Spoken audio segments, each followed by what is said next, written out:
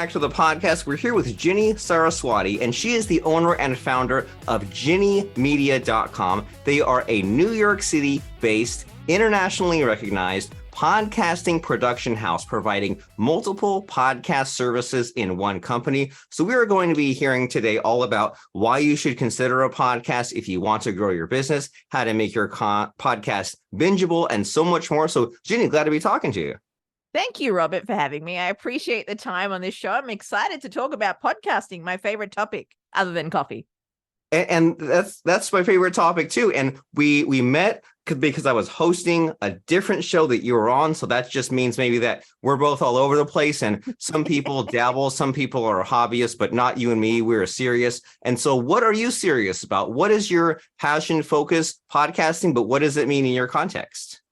Well, I love the platform of podcasting way before podcasting was actually podcasting, right? Now that's how we see and relate to this particular medium that's out in the world. But I was actually one of the OGs in radio and then became a podcaster because it was a consequence of being on radio. But what my focus is really when I actually am having conversation with people is to be present, is to be in conversation, and is to elevate diverse voices using audio media. So there's a lot of focuses I have, but that seems to be the one that comes up for me every day as we produce and help lots of podcasters start, grow, and continue their show. Start, grow, continue your show, and elevate those diverse voices. And you're touching on something that I just now realized, that there's something about these radio type personalities, right? Like for some reason, the TV personalities or the video people, I just don't like them as much as the people that are more of the radio and the talkers. And you're also making me think that even like 15 plus years ago, when I would try to network and I would go to an event, and what would happen was we'd exchange business cards and not much would come of it. But then what would happen is we'd exchange business cards, I'd phone or I'd email, and we'd get on whatever rickety platform there was back then, maybe Skype or something, and we would record an audio only conversation, and I would put it on a web page with an audio, like a flash audio button and some links, and so it was like primitive podcasting. But I preferred that a lot better because I knew that I had something tangible from my networking. It wasn't just like, oh, you make connections or you grow your network and that's all great. But it's like, I want to actually see some results and I want to remember people and then they remember me. So I like podcasting because when you record something together, then you do have to get all those benefits like growing your network, but you actually see what comes about it. And so you're elevating these voices in this way. And so what are your achievements? What do you have to celebrate lately and brag about? Brag about lately. Wow. This is really cool. It's a really, really cool question. I kind of look at my day. If I am to look at how I start my day, I'm obsessed with morning routines. And when I say that, people tend to roll their eyes. Some people may be rolling their eyes right now. But what I actually am looking at is, for me, this journey of entrepreneurship, whether it be you're a podcast producer, whatever you do, however you run a business as an entrepreneur, for me, this has been such a journey of learning something about myself every day, every minute, every hour, every day, every year, right? When you build in that reflection process. So the biggest achievement that I'm going to brag about is I have learned so much about myself in the last 2 years post-pandemic than I have ever before. And that sounds kind of weird to say, but it has really helped me grow my business, elevate diverse voices, and really just stick to the mission that I talked about. So there's been great growth that we've had at Ginni Media. We've grown 200% year on year since we've started in 2018 to 2021. We grew, we doubled every year in revenue. We started off with a team of like 7. Now we have a team of 27. So there's a lot to be proud of there alone. But what I'm particularly proud of every day, all that aside, is the fact that my team of 27 people, they're from 16 different countries across the world. We've always been remote, yet we managed to produce creative, thoughtful pieces of audio media day in, day out. And we all get along pretty well for a team that's never actually really met each other physically. So that for me is an achievement I celebrate daily when, people compliment me, from clients to people who've just interacted with my team for half an hour saying, your team are so lovely. They gush about them. For me, that's like, it's like a mother being given a good report card for me. So that's something that I'm proud of daily and that I will always brag about, in a way, my humble brag. That's wonderful that you can take the compliment, but it's not just you, it's the whole team. So that way there's the selflessness of it as well. You've enjoyed this personal growth and this business growth. And some of the things that you've been mentioning so far, like growing your team to 27 people, that does not happen instantly. That's one of those things where it takes some being careful and putting in the time and the work and the consistent daily progress and steering the ship and course correcting. And then also you mentioned these things about like the morning routine, and these all just the way they all relate is just of showing up every day and being focused and like renewing and refreshing yourself. And so when we last spoke a bunch of years ago, my number one problem at the time was showing up to appointments, because with podcasting, you worry about pod fade, or even if podcasting leads to like coaching clients, or we always have to have things in the calendar, but then it's really easy to look at all the appointments and say, I'll show up to half of them, or I'll skip on this, I'll skip on that. Next thing you know, you don't take the calendar seriously. And so at the time we were last speaking, I was trying to say like, okay, if I have something at 10 a.m., I'll show up to it. And in that between time, I asked one of my podcast guests, or I asked a few, and I was like, how do I show up? How do I make all these appointments? If I have like 15 podcast interviews, how do I get to all of them? And he said, do the mental work, start your day off right. Don't just expect it to happen. And it's one of those weird, I don't know, you don't necessarily see the connection right away with like you say, well, here's the morning routine, and here's the working on myself and being mentally healthy and all that, and the showing up over here. That's what you're reminding me of, is this how underrated, like the morning routine, it is cheesy, but it is underrated your emotional intelligence and your mental health in order to show up every day the way that you should to grow yourself, grow your business. Exactly what you hit on there about, how to show up every day, no matter as you are in that moment. And I have learned, and we've all learned as a global community, not every day looks the same, right? You don't wake up feeling like, hey, I'm going to conquer the day every day. Some days you wake up tired. Some days, your kids may need you more. Like yesterday, literally had a whole day planned out. Turned out my little kitten had a fever. We had to rush to the vet. Didn't go to plan, but that is what life is, right? You're an entrepreneur. You have a life outside of work. It's a part of your work too. So you've got to adjust and adapt. But to your point there, Robert, about, how you need to mentally prepare, but also mentally be aware of what your body is telling you, how your mind is feeling, what you're being triggered by. That sort of stuff isn't sexy. Because, it's not sexy to be in therapy and talk about why you were triggered by this particular client or this particular person or business partner. It's not sexy to go through all of that, to unpack all of that, and then how that affects how you show up as an entrepreneur or as a leader to your team, right? There's things that you do need to work on. People say you have to work on the business. You have to work on your business too, as in what's going on in here, your trauma, whatever past experiences you had, the heartbreak.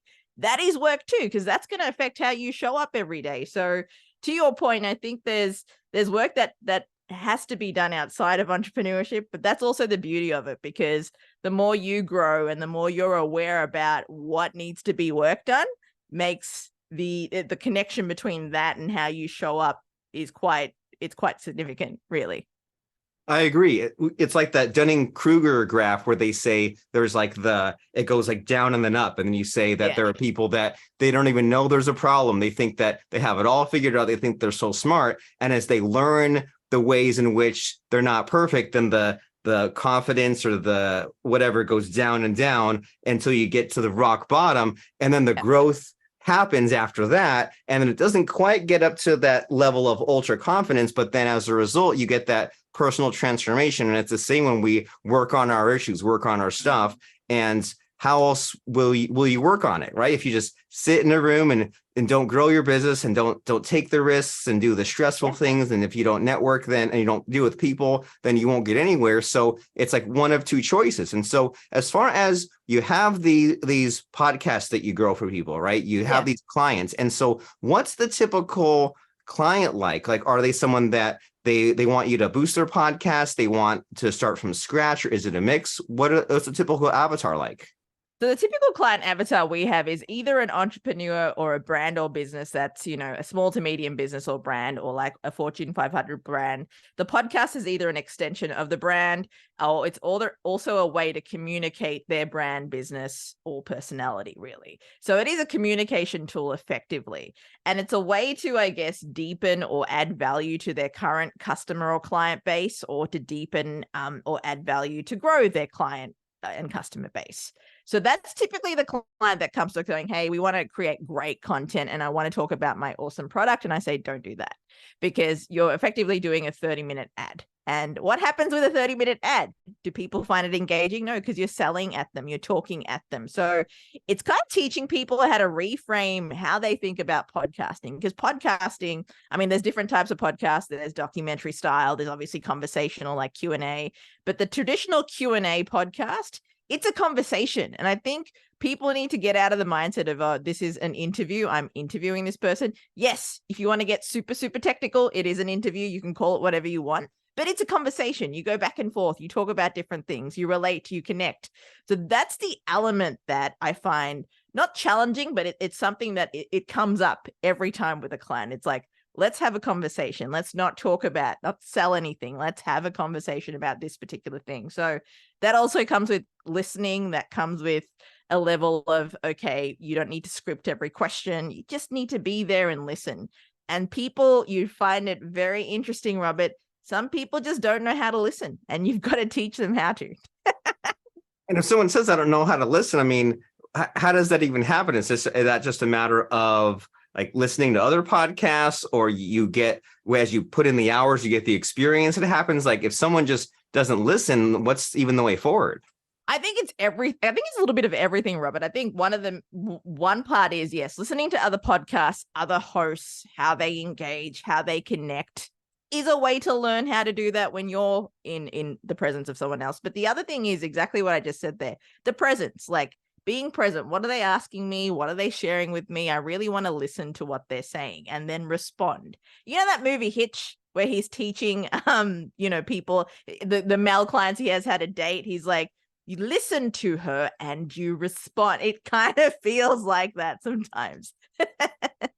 An underrated skill. It's way too easy to, but the cliche is like waiting for your chance to reply. And then exactly. and that's no fun. And we've all been there where the conversation is like a tug of war and you're trying to move it forward and they want to go back to this other stuff, or you're talking and suddenly they're off on some other tangent. And so that's been, it took me a few years to figure that out too. And I was always fixated on the how to or the selling, and that it just took so much time to say, well, what's more interesting are the stories or the emotion, or if someone says one little thread that I can pick up on. But then also the flip side of that is to not one up the other person, because then there's the tempting, and it almost feels like being on a date, right? Where you're saying like, well, I can't be too outrageous. I can't, like, they say something and I like say something totally off the wall. So there's definitely a special zone to be in. But I imagine that when your clients discover that zone, then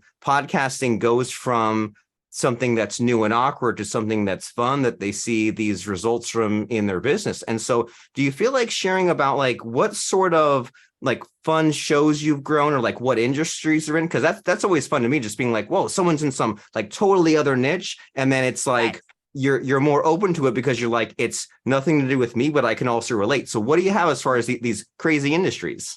Well, I wouldn't say this industry is crazy, but I find this industry like immensely interesting and fascinating, just with how technology is being used nowadays. But there's lots of talk with AI and how it's influencing creativity. But we produce a podcast called Healthcare Perspectives. It's by Siemens Healthineers, and they talk about like some of the really, really cool like advancements in medical technology, and how technology is going to pair with like traditional healthcare to have a greater experience. Like, for example, there's a creation called the digital twin, right? Which is essentially a digital replica of an organ of yourself. So say, for example, your liver, Robert, they'll create a digital replica of your liver. Exactly your liver, a digital replica.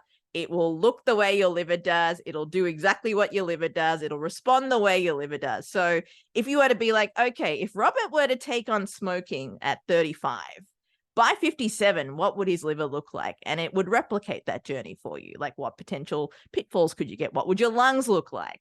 Like, that for me is fascinating because it tells you, like, I'm fascinated with like, oh, this decision you made impacted the trajectory of the next, 22 years of your life. Like, that for me is just fascinating stuff. How this technology, it's just pairing up, working together and coming to life, how we can really see how these choices we're making to our body and with our body are affecting the quality of our life. Because we don't think about that stuff, right? In the moment when we're eating the bag of chips or if we're having extra caffeine, how is that going to affect, our ability to develop, neurodegenerative diseases? Like, we don't know those things, but now that we have the technology, we can get some insight into that. So that's something that's really cool and I geek out about. And I really love learning that stuff too. It's like, oh, that's really, really interesting. I love geeking out about the randomness as well, and podcast surfing or YouTube surfing. Like, I think the other day on a walk, I was hearing something about rogue planets, like if a planet's around without a star and we can't easily detect them, but they're saying there might be like 10 times as many planets in our galaxy that are not orbiting stars, and a planet can go from like one end of the galaxy to the other and not even be anywhere close to a star. My brain is just going and like just expanding. And these are things that if we're not curious, we miss out on these things, right? Because I saw some other statistic the other day that said like the average adult doesn't read a book after they're done with school. It's something crazy high, like 40 or 60% or something. People just stop, and it's like, that's super scary. I hope that I'm never like that. But then because you're all about podcasting and you help these companies tap into podcasting, then those people that have stopped learning, that are stuck in their ways, they can go do whatever. But the people that are looking to solve their problems or looking to expand their horizons, that are listening to podcasts, we can get in front of that. So what would you say holds your clients back from podcasting? Like, obviously when they don't have you, they don't have a plan, but then when they do find you and they have all the excuses, objections, what do they say, like why they think they can't do it or why they think it will be difficult? It's typically 3 hesitations, Robert. One is overwhelm, and what you mentioned there, like, getting in their heads about what am I going to talk about? What am I going to say? How will people perceive me? Am I going to sound like an idiot on the mic? That overwhelming. Then the other part of the overwhelm is the part of tech, like what microphone do I buy? Because if you jump on Google now and type in microphones for podcasting, you get 2 billion searches. Can you imagine searching through all of that coupled with, oh my God, this is so hard already? That is a big deflator. The other thing is, and I touched on it before, like, what do I talk about? Like, how can I make this be engaging? How can I be like Joe Rogan? That's been a common thing that I've heard the last 3 years. How do I sound like Joe Rogan? I'm like, you can't. You're not Joe Rogan. Like, that's really the honest answer. You can only sound like you and bring you and your authentic voice to the world. That's what Joe Rogan does best because he's Joe Rogan, right? And the third thing I would say is ROI, monetization. They're like, well, if I'm going to put money behind it, how can I get that back? So if I'm looking at it from a company standpoint, I tell them, hey, you got to think of this like a marketing budget for you. If you're going to spend $5,000 on a billboard, think about how that correlates to ROI if you were to do a podcast. You don't know how many eyes go on a billboard or how many conversions you're going to get, right? You can estimate, but you don't know how many eyes are physically looking up and seeing your logo or your face or your brand on that billboard. But a podcast, you can track how many listeners you get. You can track what platforms they use. You can get more data out of that. So they're the 3 hesitations. It's typically tech, ROI, and then the overwhelm of it all. So they're the 3 things. You're tapping into something where I saw a couple of years ago, I saw someone showed an image of what 100 people look like standing in a room. And and the point was like, if you have a podcast and even just a small, humble number, like 100 people listen to your podcast episode at first, that's 100 actual listeners. It's not 100 clicks. It's not 100 impressions for 2 seconds as they're scrolling through Facebook or Twitter or X or whatever platform. It's like 100 people that actually are interested in you and your company and the news that you have to generate and the fun hooks and topics. And so that's really reassuring that you can have this reach, and also that you need to forget about being Joe Rogan and be yourself. No one ever said, oh, Joe Rogan's like this, is a copy of this person. He's just himself. So why not carve out your own niche in that as well? And just this journey that we've both been talking about of self-discovery and revealing the real you and who you really are, which you just uncover that from having these conversations, from putting out this content. It's like when you go to the therapist, it might take you a little while, but then eventually the real you comes out. And so if someone says, okay, this idea of podcasting, I love it. How can Ginni's team help me out with this? And how do they know if they're a good fit for you? Well, I think typically the clients who come to us have an idea. They're like, oh, this is what I think would be great. And just on the first call with them, we'll kind of ideate. We'll be like, well, we could kind of do it this way, or we could do it this way. Because every podcast doesn't have to look like a Q&A conversation. Like it doesn't have to be, oh, it's just, two people talking. Most of the time it is. But maybe we could do it in more of like a documentary or narrative style while you like take different clips from different things. So we kind of ideate. And I think from there, you kind of understand if there is a chemistry with that client, if there's a chemistry of creativity, really is where it starts. If that is there, then we're a good fit. And if you're like, oh, maybe this isn't a good fit, you tend to kind of notice that within the first 20 minutes of talking to each other, because typically people who come to me, they have a business, they're ready to go. They just don't know how. That's typically the conversations that I'm having in the last 3 years. That's the type of people who come to me for like a lead call.